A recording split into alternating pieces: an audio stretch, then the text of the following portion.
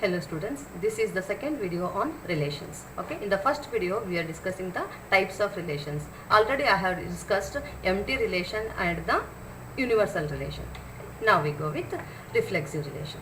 A relation R defined on the set A is called reflexive if A comma A belong to R. A comma A, this ordered pair belongs to R means every element is related to itself. Okay, for every A belonging to the set A comma A should belong to R. This means every element in the set A is related to itself. Then we call it as the reflexive relation.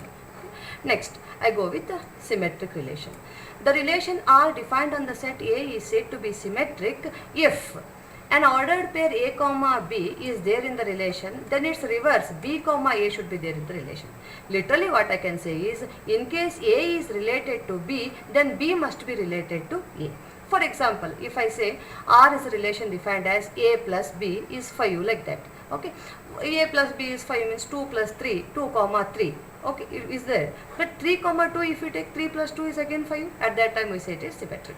In case if I had written the subtraction A minus B, then 2 minus 3, 2 and then 3. Then addition between those two, okay, 2 plus 3 is 5, but 3 plus 2 is also 5. But in case if I take 2 minus 3 and 3 minus 2, 2 minus 3 is minus 1 and 3 minus 2 is 1 means they are not equal. At that time it becomes asymmetric. Okay. Now we define the transitivity. In order to define transitivity on the set A, we define a relation R such that if there are two ordered pairs A comma B and B comma C, here you can notice A comma B, then B comma C.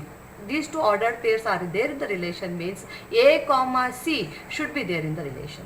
For example, if I define the relation as less than or equal to, R is a relation defined on the set A consisting of elements say 1, 2, 3, 4 like that. Okay, then the possible ordered pairs you are going to write. This is 1, 1 you will write 2, 2, 3, 3, 4, 4, 1, 2 because 1 is less than 2, 1, 3, 1 is less than 3, 1, 4. Then 2, 1 you will not write because 2 is not less than 1. Like that you will be having some ordered pairs like 1 comma 2 is there, then 2 comma 3 is there. Okay, in addition to this there are so many ordered pairs in this set. Okay, then 1 comma 3 is also there in this relation because 1 is less than 2, 2 is less than 3 and 1 is also less than 3.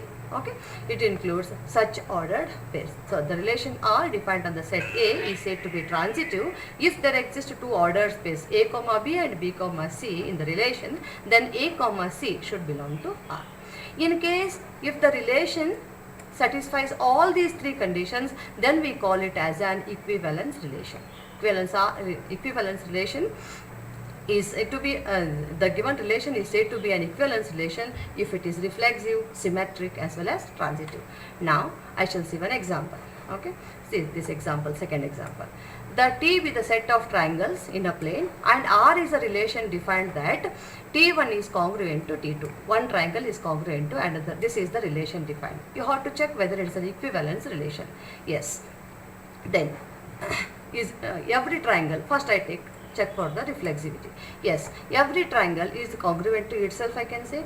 Okay, in case T1 belong to the set A, set T, then T1 comma T1 belong to it. So that is reflexive. Then symmetry. If the first triangle is congruent to the second triangle, then in the reverse also I can say second triangle is congruent to first triangle, T2 is congruent to T1. Yes, thus T1 comma T2 belongs to R means T2 comma T1 also belongs to R. Therefore it is symmetric.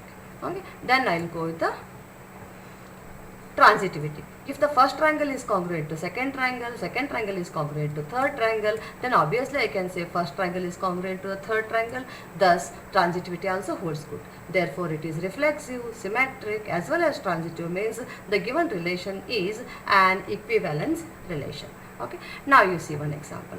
Show that the relation R defined on the set of integers. This defined set is very important. Okay, R is equal to, it contains the ordered pairs A comma B such that 2 divides A minus B. Okay, you take any two integers, okay, subtract one from the other, then the result came should be divided by 2.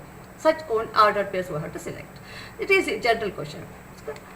To prove R is reflexive, I should take this B as also as A only. B is A, then A minus A. Every element, okay, when it is subtracted from itself, the answer will be 0. 2 can divide 0. 2 divides 0, is it not? Hence, we can say that it is reflexive. Okay, for every A, but for every integer, okay, when it is subtracted by itself, the answer is 0. 2 can divide that 0, hence it is reflexive. Then for the symmetry, if A comma B belong to R, what's the meaning of it? A minus B I consider, and 2 divides A minus B. Those ordered pairs will be there. 2 divides A minus B. 2 divides A minus B means A minus B is a multiple of 2, I can say. Okay, then B comma A, the reverse, B minus A.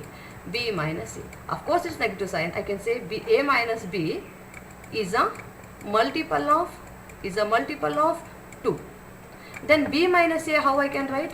Minus of A minus B.